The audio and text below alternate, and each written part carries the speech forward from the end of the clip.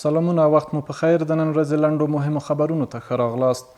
د میدان وردګ ولایت امنیه قمندانۍ اړوند نشهیي توکو پر وړاندې د مبارزې مدیریت مسؤلینو د دوامداره څارنې پر مهال د سید آباد ولسوالۍ اړوند شیخ آباد سیمه کې د 2 کسانو سره یو ځای 25 کیلوګرامه تریاک کشف او ضبط کړل. مسؤلین وایي چې نیول شوي مواد له بدخشان ولایت څخه د هلمند ولایت پر لور انتقالېدل چې د دقیقو پلټنو په ترڅ کې ونیول شول. مسؤلین زیاتوي تورن کسان تر څېړنو لاندې دي او د دوسیې له بشپړېدو وروسته به عدلي او قضایي ارګانونو ته وسپارل شي.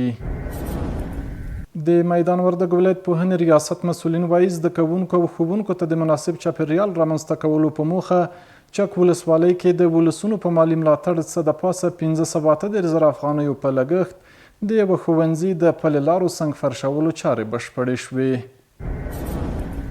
پنجشیر کې د کورنیو پانګوالو له لوري د 10 میلیونه ډالرو په پانګونې سره د درملو، څښاک او غیر الکولي مشروباتو د تولید کارخونې د جوړولو چارې پیل شوې. د مسؤلینو په وینا ټاکل شوی چې په راتلونکي کې به د پروژه کې د پانګونې کچه 28 میلیونه ډالرو ته لوړه شي. د صنعت او سوداګرۍ وزیر نورالدین عزیزي د افغانستان د کرنې او مالدارۍ نړیوال نندارتون د پرانیستې مراسمو کې وویل مسؤلینو خبر ورکړی چې د قوشتېپې کانال به په نږدې راتلونکي کې ګټې اخیستنې ته وسپارل شي. د عزیزي په وینا د قوشتېپې کانال د جوړولو چارې وروستي پړاو ته نږدې شوي دي.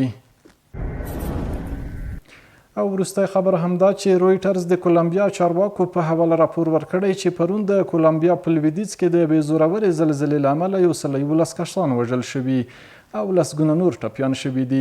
په راپور کې راغلي چې د زلزلې شدت 7.4 درجې اټکل شوی چې ودانۍ نړولې، روغتونونو او بنسټیزو تاسیساتو ته زیان رسولی او یو شمېر کسان تر خاورو او ویجاړو شوو ودانیو لاندې بند پاتې دي.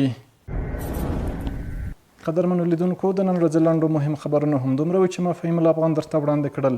تر بیا ښې چارې، ښه وخت.